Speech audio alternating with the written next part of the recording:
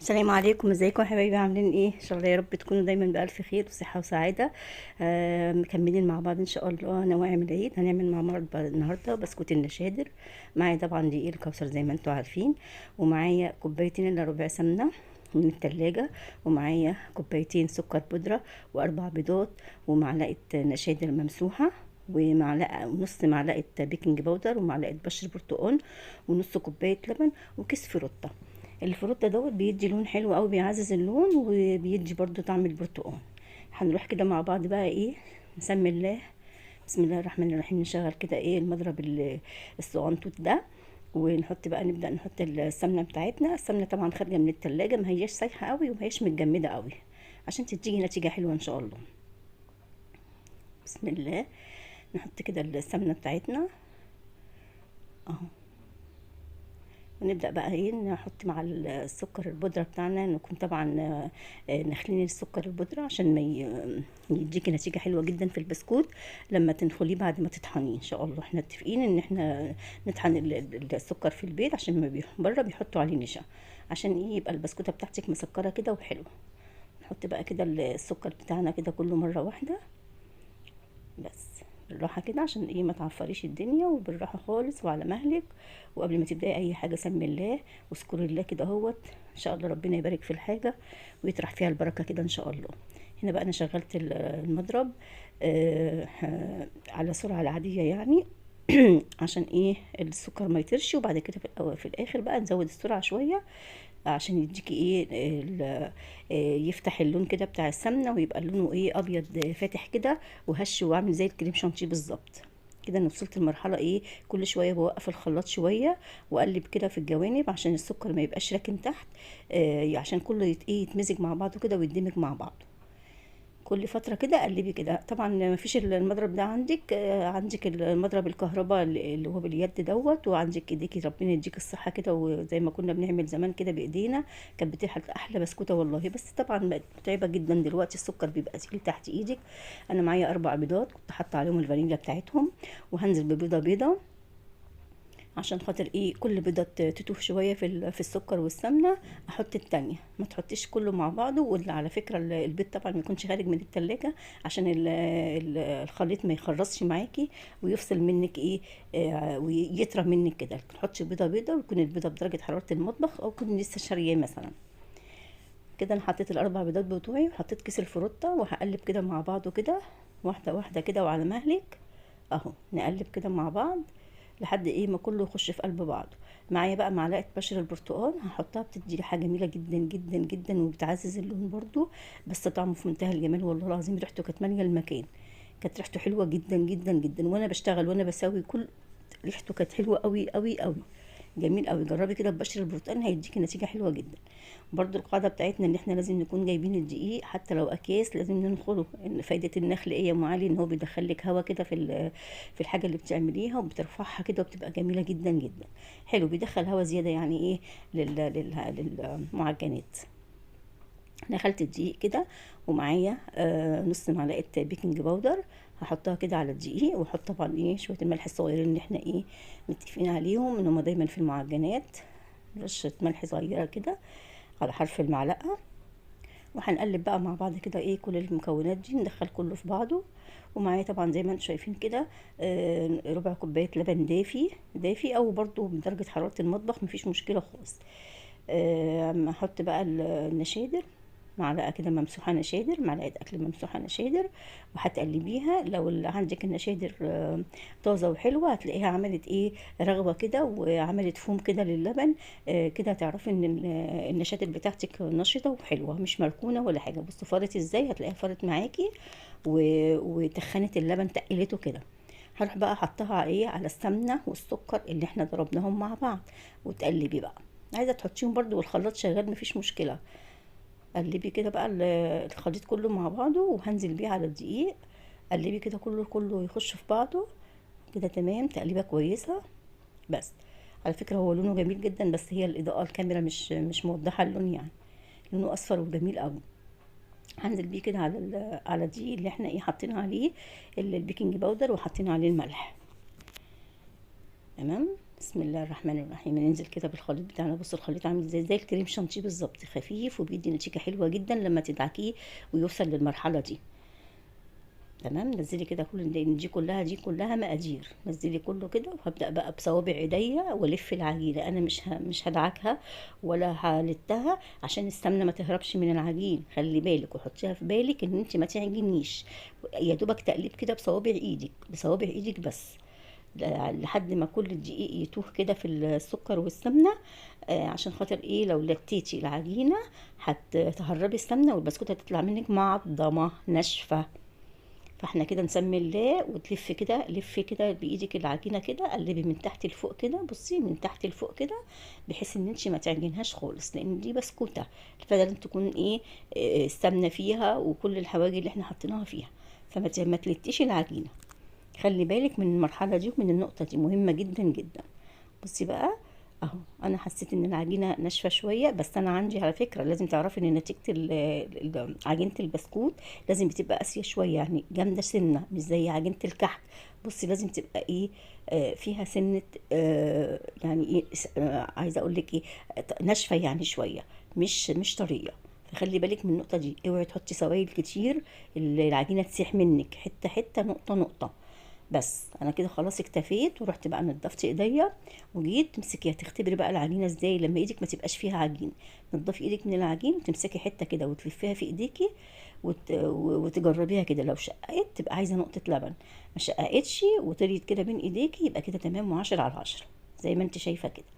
بصي مفيهاش اي تشققات، بس لكن هي محتاجه نقطه اللبن دي هحطها.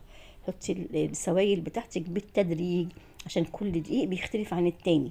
خلي بالك من النقطه دي، مهمه جدا جدا يا جماعه. وهلم بقى كده العجينه بتاعتي، خلاص هي مش محتاجه حاجه تاني، هلمها كده في قلب بعضها واجرب برضو حته تانية. برضو جربي كده وانت ايدك ما فيهاش عجين، هتعرفي ان العجينه بتاعتك مستواها ايه. بصي وما فيهاش اي حاجه، مش مشققه ولا حاجه كده. هي بقى ايه، بقت تمام معايا. هبدا بقى ان انا ايه، اقطعها كده قطع كده، اكورها يعني عشان اغطيها، واسيبها تستريح نص ساعه، من نص ساعه، من ربع ساعه لنص ساعه. على فكرة عجينة النشادر كل ما تركنيها كل ما تتفاعل النشادر في العجينة وتديكي نتيجة حلوة جدا. ما تخافيش لو سبتيها نص ساعة مش هيجرى لها أي حاجة. بس أهم حاجة إن انتي تغطيها بكيس بلاستيك وتحطيها في مكان كده لحد ايه ما تسخني الفرن وتوضبي ايه الصواني بتاعتك والكلام ده كله، تجينا العجينة ارتاحت والنشادر اشتغلت فيها. بصي كيس بلاستيك من بتاع التلاجة، وتروحي فاتحاه نضيف كده، وتروحي حاطاه ومغطياها وسايباها ايه، تلت ساعة، نص ساعة كده، هتديكي نتيجة جميلة جدا. هنركنها بقى شوية ونجيب الصواني بتاعتنا ونبدأ نشتغل. حضرت بقى هنا المكنة بتاعتي، وهبدأ ان انا ايه الف. بسم الله ما شاء الله. بصوا بقى البسكوتة، بصوا البسكوتة هتشوفيها هتبقى نازلة ازاي، مش نازلة طرية ولا نازلة عاملة عرق ولا الكلام ده. البسكوتة نازلة بسم الله ما شاء الله محملة، وفي نفس الوقت بتقطع معايا من غير ما تكون طرية. بصي العجينة نازلة عاملة ازاي، بسم الله ما شاء الله اهو. كده ترصي كده في الصواني بتاعتك. الصواني الألمونيا دي جميلة جدا على فكرة في الخبيز، بتوزع الحرارة وبتدي نتيجة حلوة جدا في الخبيز، هي والصبان اللي هي الزهر دي. بصي العجينة عاملة ازاي، بسم الله ما شاء الله، اللهم صل على النبي. بصي جميلة جميلة جميلة وناجحة، والبسكوتة حلوة ومحملة ونازلة، ليها شخصية كده ونازلة اهي. بصي البسكوتة عاملة ازاي، الله اكبر ما شاء الله. جربي بالطريقة ديت وان شاء الله باذن الله من الله هيطلع معاكي البسكوت زي العسل.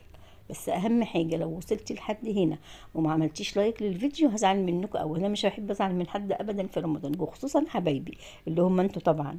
اعملي لايك للفيديو واشتراك في القناه وشرفيني كده بالاشتراك، ودوسي على كلمه الكل عشان يجيلك كل فيديو ينزل على القناه. بصي بقى البسكوته الجميله، بصي البسكوته لونها جميل جدا، بس على فكره والله الاضاءه ظلمها والله. بصي البسكوته عامله ازاي، جميله جميله جميله. هنا كنت خلصت بقى كده ايه الكيلو بتاعي. بصي عمل الكميه دي كلها من الكيلو والله. الكيلو عمل الصينيتين، وواحد اتنين تلاته اربع سيجان، واربع سيجان خمسه، ده خمسه كمان، خمسه، 5 سيجان وصينيتين، ده الكيلو. بسم الله ما شاء الله كانوا مبروكين ومدين نتيجة جميلة جدا جدا جدا. العجينة حلوة ومظبوطة ومقاديرها مظبوطة، وماشيين بالخطوات الحلوة دي تخلي البسكوتة معاكي ناجحة. وعلى فكرة انا مش دهنة الصواني ولا دهنة الصيجان ولا اي حاجة خالص، كفاية المادة الدهنية اللي في البسكوتة مش هتلزق ان شاء الله معاكي في الصواني باذن الله. على فرن بقى درجة حرارة 160، في الرف اللي في النص. حطي بقى اشتغلي كده بالراحة خالص وعلى مهلك، خلي بالك من التسوية عشان ده بسكوت مش كحك. يعني هي ربع ساعة بالكتير وتبدأي بقى تخشي تفتحي الفرن وتلفي الصواني كده يمين وشمال عشان كله ايه يبقى لون واحد. تمام. بصوا البسكوت، بص الكمية اللي عملتها لي الكيلو البسكوت، بسم الله ما شاء الله الله اكبر، جميل جدا جدا جدا. بسكوتة جميلة وشكلها يفرح كده. ان شاء الله هتشوفيها بعد التسوية هتعجبك جدا جدا ان شاء الله، ان شاء الله باذن الله.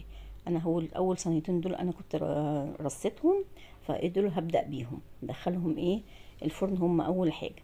بصي بسم الله ما شاء الله البسكوته طلعت بقى من الفرن، بصوا عامله ازاي، لا فرشت ولا لزقت في بعضيها. شايفين البسكوتة عاملة ازاي، شايفين التسوية عاملة ازاي. الله اكبر بسم الله ما شاء الله الله اكبر. على فكرة والله والله الكاميرا ظلماه، لونه في منتهى الجميل. انا ما بحبش البسكوتة الغامقة، البسكوتة تبقى فاتحة كده ما تبقاش ممررة معاكي. تسوي البسكوتة حلوة وشها يبقى فاتح وظهرها يبقى ذهبي، تاكلي احلى بسكوتة. اسمعي اللي بقول لك عليه، ما تزوديش السوا على البسكوت. بصي بصي بقى لون البسكوتة عامل ازاي، احكمي انت. ادي ظهر البسكوته مخرفشه ازاي وجميله. بصوا البسكوته الرسمه فيها مسحتش ولا تاهت ولا اتمسحت ولا. بصوا بقى انا قربت لكم الكاميرا، بصوا البسكوته عامله ازاي، 10/10. لايك بقى للبسكوته الجميله دي. يا رب تاكلوا في الهنا يا رب ان شاء الله باذن الله، يجعلوا عيد سعيد علينا كلنا يا رب. بصوا البسكوته مش لازقه ازاي في الصاج، بص ولا مش دهنه السيجان خالص. بص شكل البسكوته عامل ازاي، بص الرسمه في منتهى الجمال. ظهر البسكوت الله اكبر الله اكبر ما شاء الله. يلا قومي شجعي كده واعملي البسكوت بطريقه ام علي، هتستفيدي جامد جدا وهتعملي بقى احلى بسكوت السنه دي. هقول لك بقى على طريقه الحفظ بتاعه. بصي علبه كده كيس بلاستيك نظيف، وترصي البسكوت كده جنب ورا بعضيه كده اهو، ما بيتكسرش ما بيتهدرش منك. بصي بسكوت كده تحطيه ورا بعضيه صف كده، ما يطلعش ولا بسكوته مكسوره. ولما تغطيه تحطيه وتغطيه يفضل محافظ على القرمشه بتاعته لحد اخر بسكوته. اعملي بالطريقه دي واسمعي كلامي هتكسبي ان شاء الله. هتحطيه بالطريقه دي وتحفظيه بالطريقه دي في علبه تلاجة، في علبه بلاستيك، في علبه ازاز، اللي انت عايزاه. بس اهم حاجه ان انت تغطيه يفضل معاكي مقرمش طول الوقت، مش هيطوله هوا. لو طاله هوا او رطوبه هتترم معاكي البسكوته وهتبقى طريه. لكن لو انت عايزه تحافظي عليه وهو مقرمش كده لحد اخر بسكوته، غطي البسكوت. بصي بصي شكل البسكوت جميل ازاي ويفرح ازاي. بصي شكله جميل ازاي والله في منتهى الجمال. امشي على المقادير دي وجربي بطريقتي ان شاء الله مش هتندمي. بصي البسكوته عامله ازاي، بصوا ولا معلمه في الصاج بقى ولا سايبه بقيتها في الصاج ولا حاجه خالص. بصوا جميله جميله مظبوطه وبسم الله ما شاء الله العجينه واخده راحتها. بص شكل البسكوت عامل ازاي. ايه رايكم بقى في شكل البسكوت الجميل ده؟ اتمنى يا رب من كل قلبي ان الفيديو يعجبك وتعملي البسكوت بطريقه ام علي، وتعملي لايك للفيديو واشتراك في القناه، وتدوسي على كلمه الكل عشان خاطر تدوسي على الجرس، اهم حاجه الجرس عشان يجيلك اشعار بالفيديوهات اللي بتنزل ان شاء الله. دوسي على كلمه الكل يجيلك اي فيديو ينزل على القناه. وتشرفت بيكم، وان شاء الله باذن الله تجربوا البسكوت بطريقتي ويعجبكم ان شاء الله. وتكتبوا لي في التعليقات بقى ان شاء الله باذن الله لو كان عجبكم. اتمنى من كل قلبي يكون الفيديو عجبكم وما كنتش طولت عليكم. دمتم احلى حاجه في حياتي يا رب. ربنا يا رب كده ان شاء الله باذن الله يجينا العيد لا فاقدين ولا مفقودين. والسلام عليكم ورحمه الله وبركاته.